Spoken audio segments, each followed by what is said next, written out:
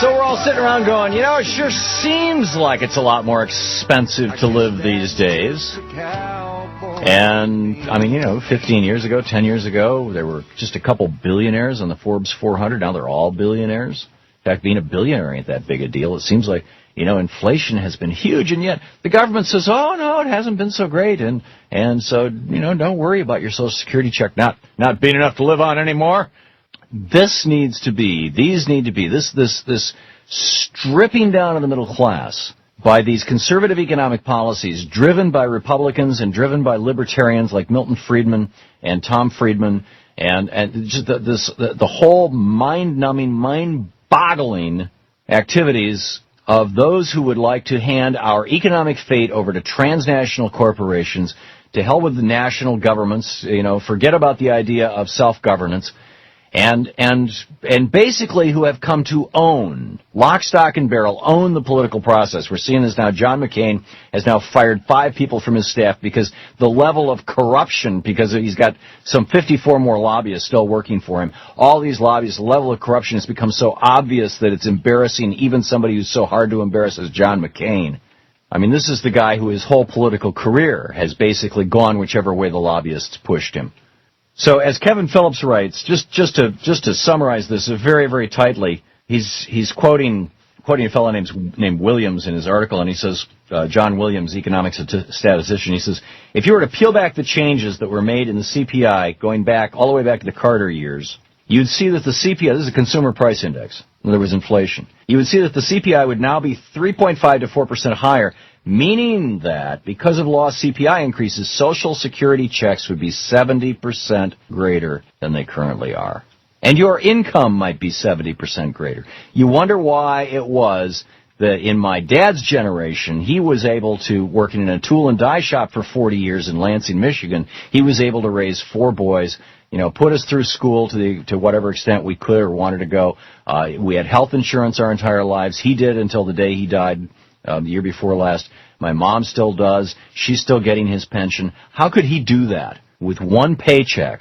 After only 2 years of college, he dropped out of college. He wanted to be a history professor. He dropped out of college because my mom got pregnant with me and went to work in a steel mill, ended up working in a tool and die shop, metal machining company in Lansing, Michigan for 40 years. How could it be that one guy with one paycheck could have a middle-class life, bought a house in 1956 that our family still has? I think he paid $13,500 for it. It's a little 3-bedroom house in southern Lansing, and it was paid off when he died. His house was paid off. His car was paid off. This was the American dream. It's gone now. I'm seeing my children. I'm seeing the people of my age and the generation that's coming up behind us, and they're looking around going, that what my dad did, who came of age, who he was among the Japanese occupation forces right after World War II. That's gone. It's gone. And who took it? Ronald Reagan. And it wasn't just Reagan. He was the main cheerleader. He was the guy who really put into place the changes.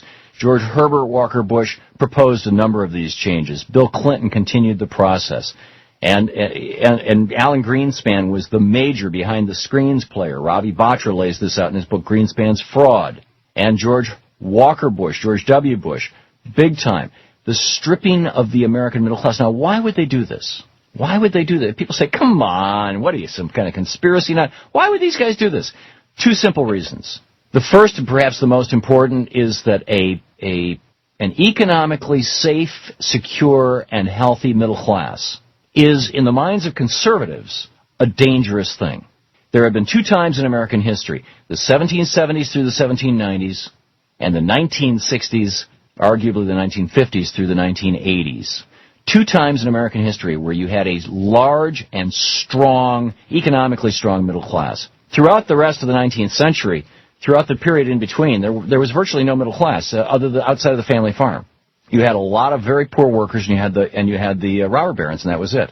So we had 2 periods, 2 30-year periods in American history where you had a strong middle class. And what happened during those 2 periods? During those 2 periods, people rose up.